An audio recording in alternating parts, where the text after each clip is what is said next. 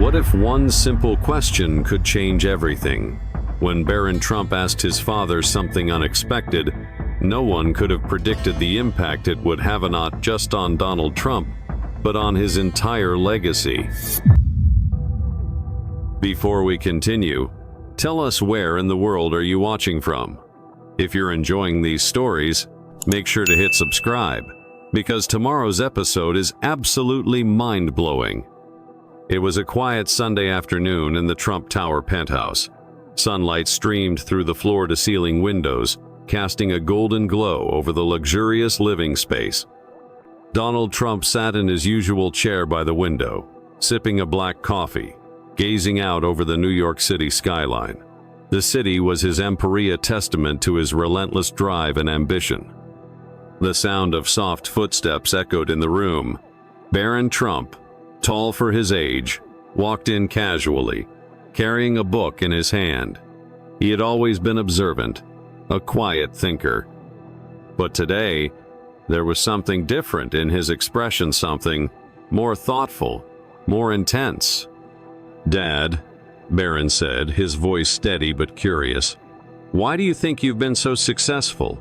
What makes you different from everyone else?"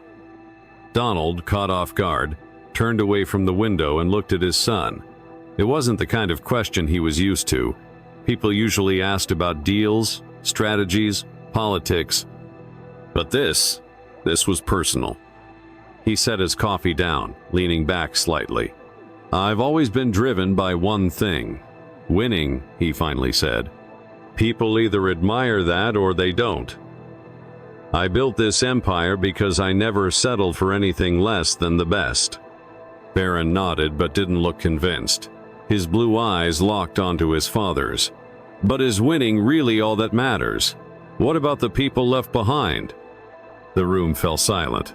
For the first time in years, Donald Trump didn't have an answer. That night, Donald Trump found himself unable to sleep. He sat alone in his penthouse office, the city lights flickering beyond the window. New York had always felt alive at night, hustling, moving, winning, just like him. But for the first time in years, the energy of the city didn't bring him the usual sense of accomplishment. Instead, Barron's words lingered in his mind. What about the people left behind? Donald leaned back in his leather chair, running a hand through his hair. His entire life had been about building, pushing forward, and staying on top. Success was measured in numbers: real estate, market value, polls, influence. But Barron's question had cracked something open inside him, something he wasn't sure he wanted to face. He glanced at an old framed newspaper clipping on his desk, his first major deal in Manhattan. He remembered the pride, the thrill of beating the competition. But now, another memory surfaced he had buried. A former employee, a dedicated man who had worked tirelessly, once told him, "Not everyone gets the same chances, Mr. Trump."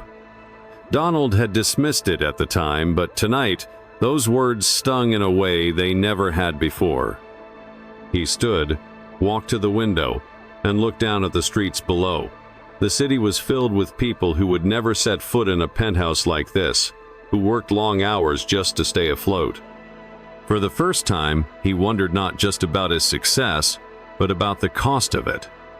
Donald Trump had built an empire, but now, for the first time, he was beginning to question whether he had built something meaningful. A week had passed, but Barron's question still weighed on Donald's mind. He carried it with him through meetings, phone calls, even during his morning golf game. No matter how much he tried to brush it aside, the thought remained, what about the people left behind? One afternoon, Donald and Barron sat by the pool at Mar-a-Lago. The Florida sun was warm, the ocean breeze carrying the scent of salt and fresh-cut grass. Donald leaned back in his chair, sipping an iced tea, but his mind was elsewhere. Barron, watching his father closely, finally spoke. "Dad, have you ever thought about how much more you could do? How many lives you could change with your influence?" Donald exhaled, setting his glass down. He glanced at his son, then at the perfectly manicured golf course stretching beyond the pool. I've always believed in the power of influence, Barron, but I've used it to build my empire. I'm not sure how to use it for anything else." Barron smiled, his expression thoughtful yet determined. "Maybe you start by listening. What if, instead of just building, you helped people build their own success? What if your legacy wasn't just about winning, but about lifting others up?" Donald didn't respond right away. Instead, he stared out at the horizon, the sun reflecting off the water. For the first time in his life, Donald Trump wasn't thinking about his next deal. He was thinking about something much bigger. The next morning, Donald Trump arrived at Trump Tower earlier than usual, but instead of heading straight to the executive suite, he did something unexpected. He took the service elevator. As the doors opened to the lower floors, he stepped into a world he had never truly noticed before. The employees who kept the building running, janitors, maintenance workers, security guards, moved through the hallways, heads down, focused on their work. They barely acknowledged him at first, assuming he was just passing through. Then Donald did something even more unexpected. He stopped a janitor who was polishing the marble floor. "What's your name?" he asked. The man, startled, looked up. James, sir?" Donald nodded. "How long have you worked here, James?" "Almost 15 years, James said cautiously. "Good company. Pays the bills." Donald studied him for a moment. 15 years. In all that time, had he ever spoken to this man before? Had he ever wondered about his life?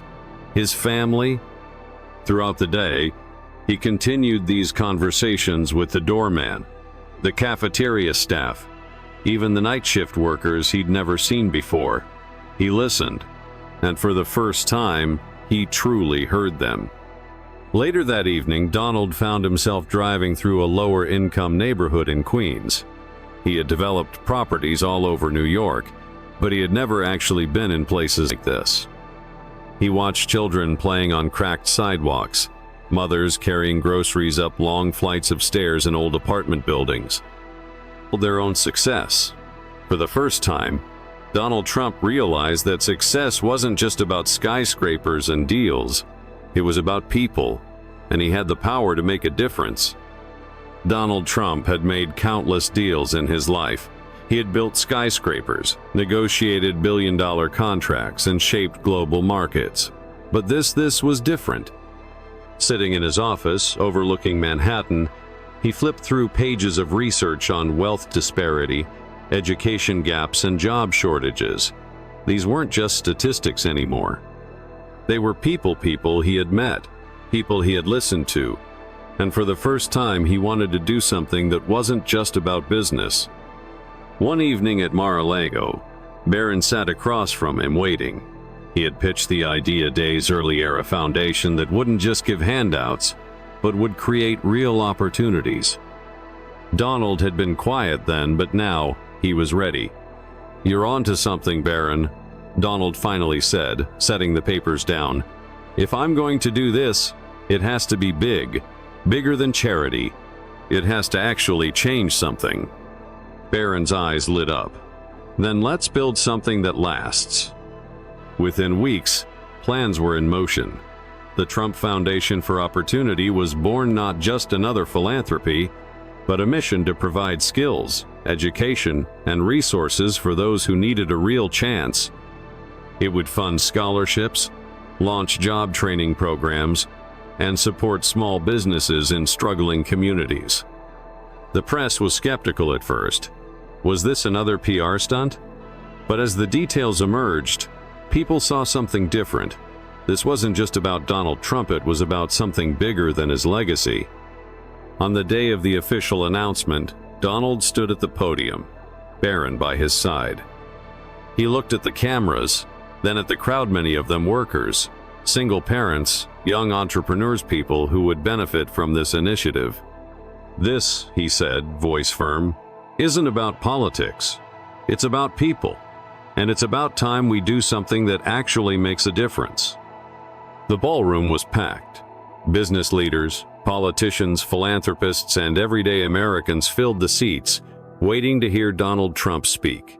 The stage was grand, the spotlight bright. But tonight, something was different. Donald stepped up to the podium, adjusting his tie. He had given thousands of speeches before about deals, power, winning. But this one wasn't about him. He glanced at Barron, standing in the front row, then took a deep breath. "I've spent my life building," he began. "Buildings, businesses, wealth. I believe success was about winning, about being the best. And for years, I thought that was enough." The room was silent. "But then," he continued, his voice steady, "someone asked me a question that changed everything." He looked directly at Barron. "What about the people left behind?" A murmur spread through the crowd. Donald had never spoken like this before. For the first time, I stopped and listened. And I realized something. Success isn't just about what we build, it's about what we help others build. That's why we created the Trump Foundation, for opportunity, not to give handouts, but to create real chances for people to succeed. He paused, scanning the audience. If you want to build something that lasts, you don't just build for yourself, you build for others. The room erupted in applause. But for the first time in his life, Donald Trump didn't hear it as praise. He heard it as confirmation. He had changed, and now he was ready to make a real impact. Months passed, and the Trump Foundation for Opportunity was no longer just an idea, it was a movement. Programs launched across the country, providing scholarships, job training, and mentorship to those who had never been given a real shot. Donald and Barron visited the first community center funded by the foundation. As they walked through the doors, children and families filled the space, some using computers to learn new skills, others meeting with career advisors. A young woman approached them, her voice trembling. "Mr. Trump," she said, "I just got my first real job because of this program. I never thought I'd get out of where I was, but now I have a future." Donald looked at her, really looked at her. He wasn't just shaking hands at a campaign rally. He wasn't closing a deal. He was seeing for the first time what true success looked like. That evening, he and Barron sat outside Mar-a-Lago watching the sunset.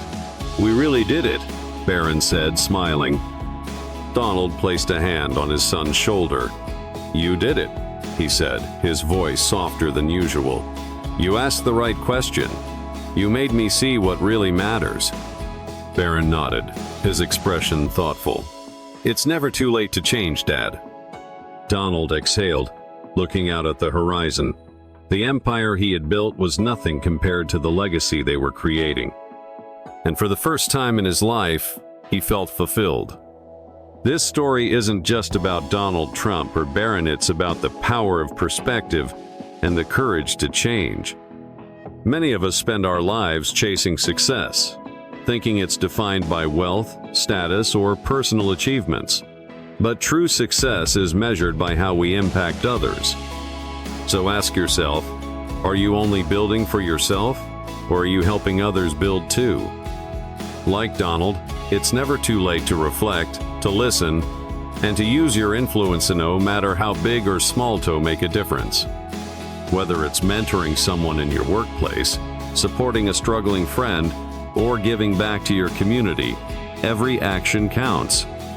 Barron's simple question reminds us to look beyond personal success and consider the legacy we leave behind. What if your greatest achievement isn't what you build, but who you help? Take a moment today to listen, to uplift, and to be the reason someone else gets a real chance.